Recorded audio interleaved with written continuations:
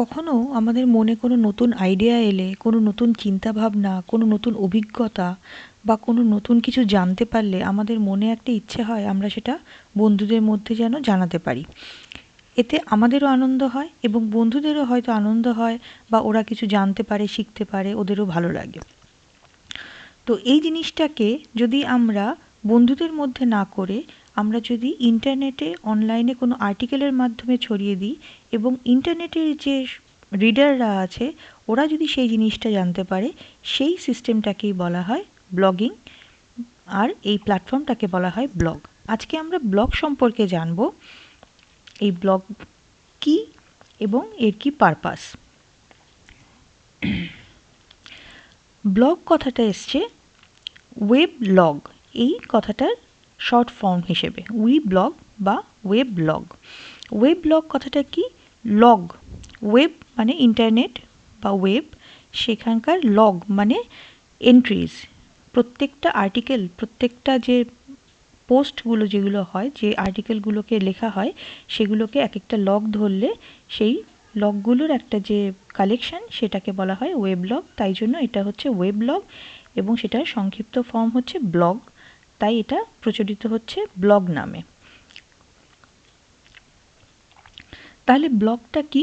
Blog হচ্ছে একটা platform যেটা অনলাইনে পিপল বা জনগণের সাথে কমিউনিকেট করার জন্য ব্যবহার করা হয়। ব্লগটা হচ্ছে একটা প্ল্যাটফর্ম।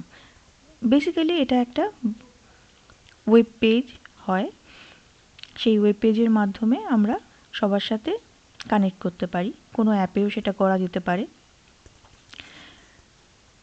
এটার প্রপার্টিসগুলো কি হতে হবে? এটা রেগুলারলি আপডেটেড একটা ওয়েবসাইট বা একটা সেকশন অফ দ্য ওয়েবসাইট, কোনো একটা পার্ট অফ দ্য ওয়েবসাইটও হতে পারে, বা পুরো ওয়েবসাইটটাই পুরো একটা ব্লগ হতে পারে। সেখানে কি হবে? কোনো একটা থটস হতে পারে, নিউজ হতে পারে, কোনো একটা অ্যাডভাইস হতে পারে, যে কোনো কিছু যার যেটা শেয়ার করার ইচ্ছা সেই জিনিসটা সে শেয়ার করবে। জেনারেলি এক টাইপের একটা ব্লগ সাইটে এক টাইপেরই এক ধরনেরই জিনিসপত্র দেয়া হয়। যেমন যেখানে থটস দেয়া হয় সেখানে হয়তো নানা রকম থটস দেয়া হলো, যেখানে নিউজ দেয়া হয় সেখানে সব নিউজই দেয়া হলো। তাহলে কি হবে? এক টাইপের কমিউনিটি জড়ো হবে, তাহলে রিচটা বাড়বে। নাহলে ডিফারেন্ট টাইপের দিতে থাকলে ডিফারেন্ট কমিউনিটির বিভিন্ন লোক এসে ইন্টারেস্ট হারিয়ে ফেলবে। তো এক একটা ব্লগে জেনারেলি একই টাইপের দেয়া হয়। এবার যে ব্লগ ক্রিয়েট করছে তার ইচ্ছা, অবশ্যই সে যেরকম খুশি দিতে পারে।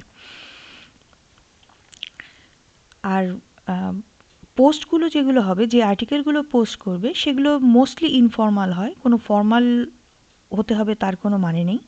ইনফর্মাল হয়, কনভারসেশনাল হতে পারে, একজন কিছু লিখলো তার রেসপন্সে আরেকজন কিছু লিখলো সেরকমও হতে পারে, প্রফেশনালও হতে পারে। তো যেরকম খুশি হতে পারে, শুধু মেসেজটা সবার কাছে পৌঁছে দেওয়া, এরকম টাইপের আর্টিকেল। আর এটা যেহেতু একটা বললাম রেগুলারলি আপডেটেড ওয়েবসাইট, এবার সেটা সবার কাছে অ্যাকসেপ্টেবল তখনই যখন সেটা রিভার্স ক্রোনোলজিক্যাল অর্ডারে হবে। তাহলে কি হবে? যে যেটা লেটেস্ট সেই নিউজটা ওপরে থাকবে, নাহলে লেটেস্ট নিউজটা পড়তে গেলে সবার নিচে যেতে গেলে বারবার স্ক্রল করতে হবে। তাই জন্য যার ওপরে লাস্ট মেসেজটা পড়া আছে সে শুধু ওপরের মেসেজটা পড়লেই হবে। তাহলে রিভার্স ক্রোনোলজিক্যাল অর্ডারে পড়লে লাস্ট মেসেজটা দেখতে গেলে শুধু ওপরের ফার্স্ট পেজটা খুললেই দেখতে পাবে। আর কারো যদি আগের পোস্টগুলো দেখতে হয় তাহলে সে স্ক্রল করে নিচে যাবে, আদারওয়াইজ সে ওপর দিক থেকেই দেখতে শুরু করবে। যত পুরনো মেসেজ দেখতে চাইবে তত স্ক্রল করবে, লেটেস্ট মেসেজ দেখতে চাইলে ওপরেরটা দেখলেই হবে। তাই জন্য রিভার্স ক্রোনোলজিক্যাল অর্ডারে দেখলে রিভার্স ক্রোনোলজিক্যাল অর্ডারে এইগুলো সাজানো থাকে।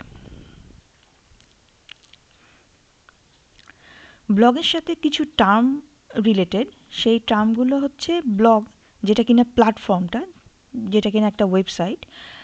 আরেকটা হচ্ছে ব্লগার, যে ব্লগটা লিখছে বা যে পাবলিশ করছে সে হচ্ছে ব্লগার, মানে যে মেনলি প্ল্যাটফর্মটাকে ইউজ করে পোস্টগুলোকে পাবলিশ করছে, যে মেনটেন করছে আর্টিকেলগুলোকে। ব্লগিং কি? অ্যাক্ট অফ রাইটিং, মানে যে যখন লিখছে সে তখন ব্লগিং করছে। ব্লগ পোস্ট কি? যে আর্টিকেলটা লিখলো সেটা হচ্ছে এক একটা ব্লগ পোস্ট, মানে এই যে এন্ট্রিগুলো, প্রত্যেকটা এন্ট্রি হচ্ছে এক একটা ব্লগ পোস্ট। আরেকটা কথা আমরা যেটা শুনি সেটা হচ্ছে ভ্লগ। ভ্লগ হচ্ছে ভিডিও লগ, সেক্ষেত্রে হচ্ছে ভিডিও বেসড কন্টেন্ট হবে, এক্ষেত্রে কিন্তু আর্টিকেল নয়, কোনো রিটেন ডকুমেন্ট নয়। সেক্ষেত্রে ভিডিও যে কন্টেন্টগুলো হয়, কোনো কিছু যদি মানুষ ভিডিওর মাধ্যমে করতে চায় তখন সেগুলো হয়ে যায় ভিডিও লগস বা ব্লগ। তো ব্লগ আর ভ্লগ কিন্তু আলাদা। ভ্লগ হচ্ছে video logs. Purpose of using a blog, এখানে যে ব্লগার তার মেইন টার্গেট হবে একটা বড় অডিয়েন্সকে তার কন্টেন্টটাকে দেখার জন্য এনগেজ করে রাখা, একটা বড় কমিউনিটি তৈরি করা। মানে মনে করো কেউ যদি মিউজিক ইন্টারেস্টেড হয়, কেউ যদি কোনো গিটারে ইন্টারেস্টেড হয়, গিটার রিলেটেড গিটার বা মিউজিক রিলেটেড সে পোস্ট করতে থাকলো, এবং সেই রিলেটেড যে কমিউনিটি তারা যা যা জানে, তারা যা যা ইন্টারেস্টেড, কোন নতুন মিউজিক রিলিজ হলে সেই রিলেটেড তারা সেগুলো পোস্ট করলো, সেও জানতে পারলো এবং যে ক্রিয়েট করেছে সেও জানতে পারলো, যারা দেখছে তারাও কিছু পোস্ট করলো। এইভাবে কিন্তু একটা বড় কমিউনিটি তৈরি হবে একই টাইপের, সেরকমভাবে কমিউনিটি তৈরি হয়।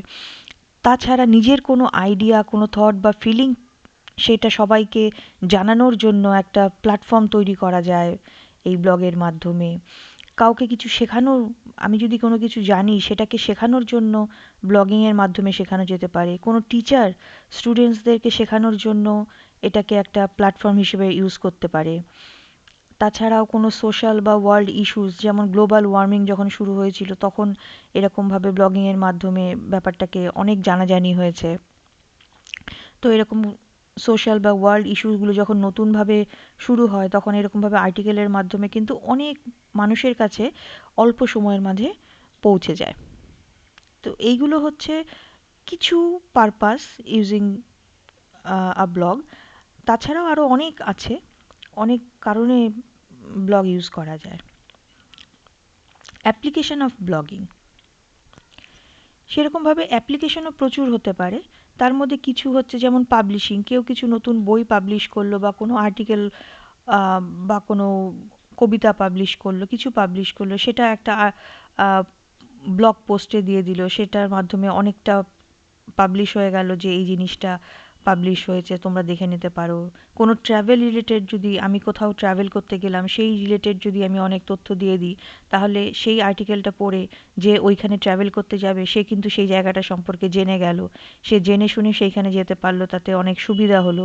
কোনো বিউটি প্রোডাক্ট বা বিউটি কেয়ার সম্পর্কে অনেকে জানতে পারলো, কেউ যদি আর্টিকেলটা দিয়ে রাখে সেই সম্পর্কে, তাহলে যার ইন্টারেস্ট সে সেই সম্পর্কে জানতে পারলো।